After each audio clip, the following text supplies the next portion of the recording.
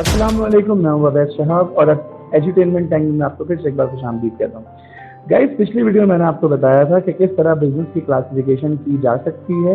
Business की classification according to nature मैंने आपके सामने डिस्कस की थी, मैन्युफैक्चरिंग, ट्रेड और सर्विस। और अगर थोड़ा सा और उसकी डेप्थ में जाकर मैं बात करूँ तो उसको दो कैटेगरी में हमने कैटेगराइज किया था, इंडस्ट्री एंड कॉमर्स। आज मैं डिस्कस करूंगा अगर बिजनेस ऑर्गेनाइजेशन को आप ओनरशिप के एतबार से क्लासीफाई करना चाहते हैं तो कितनी तरह का होता है। तो मेरी अपनी अंडरस्टैंडिंग ये है कि बिजनेस को अगर मैं अकॉर्डिंग टू ओनरशिप क्लासीफाई करने की कोशिश करूं तो तीन होती हैं: sole proprietorship, partnership and joint stock company. कुछ लोग कॉर्पोरेट सोसाइटी को भी इसका ही पार्ट समझते हैं, बट मुझे थोड़ा सा यहाँ पर कुछ चीज़ें कॉन्सेप्ट क्लियर नहीं है, इसलिए मैं उसको इसमें कंसीडर नहीं करता हूँ। तो मैं दोनों एस्पेक्ट्स आपको बताता हूँ कि जो लोग कहते हैं वो क्यों कहते हैं, जो लोग नहीं कहते वो क्यों नहीं कहते। आइए पहले डिस्कस करते हैं सोल प्रोप्राइटरशिप बिजनेस को। आपके दिमाग में किसी भी जगह कोई ठेला स्टार्ट करने का इरादा आ गया, आप अकेले मालिक हैं, आपने अपने घर के बाहर से ठेला, एक घर की दुकान से परचून की दुकान शुरू कर दी।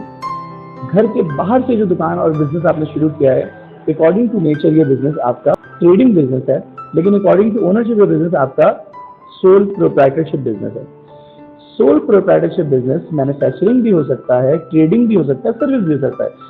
मैं सिर्फ ओनरशिप के एस्पेक्ट से बात कर रहा हूँ कि ओनरशिप के एतबार से सोल प्रोप्राइटरशिप बिजनेस एक ऐसा बिजनेस होता है जिसका ओनर कोई एक है।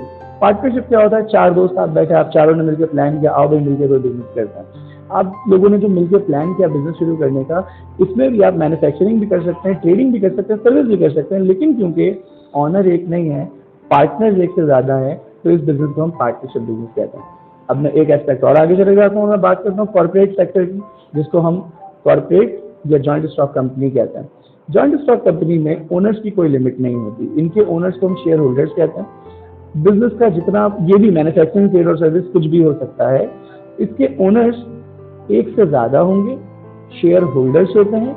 ओनर्स काम नहीं करते, शेयर होल्डर्स काम नहीं करते, डायरेक्टर्स काम करते हैं, कंपनी को चला रहे होते हैं। अब आखिरी बात जो है कोऑपरेटिव सोसाइटी की है, तो कुछ ऑर्गेनाइजेशन या कुछ लोग कोऑपरेटिव सोसाइटी को भी बिजनेस समझते हैं, लेकिन अगर मैं according to definition of business की बात करूं तो कोऑपरेटिव सोसाइटी का पर्पस प्रॉफिट अर्न करना नहीं होता है। तो जब प्रॉफिट अर्न करना मकसद नहीं है तो इन दैट केस बिजनेस की डेफिनेशन में ये नहीं आ रहा। तो बिजनेस की डेफिनेशन में नहीं आ रहा तो इसलिए हम इसको बिजनेस के क्लासिफिकेशन में भी नहीं पढ़ते।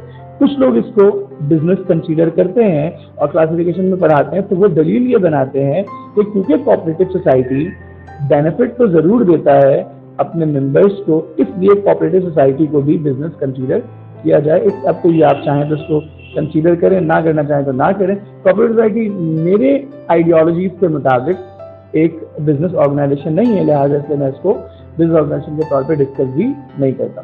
तो according to ownership business organisation तीन तरह के होते हैं: सोल प्रोप्राइटरशिप, पार्टनरशिप और जॉइंट स्टॉक कंपनी या कॉर्पोरेट सेक्टर। अब इसमें एमएनसी यानी मल्टीनेशनल कॉर्पोरेशन भी होती हैं, इन तमाम चीज़ों की हम बात करते हैं। तो आई गेस आपको ये आज का लेक्चर आपको समझ आया होगा। तो तब तक के लिए मुझे इजाज़त दीजिए, अगले लेक्चर में इंशाल्लाह किसी और मजीद इंपॉर्टेंट कंटेंट के साथ मुलाकात करेंगे। तब तक अपना बहुत सारा ख्याल रखिए। फी अमानिल्लाह।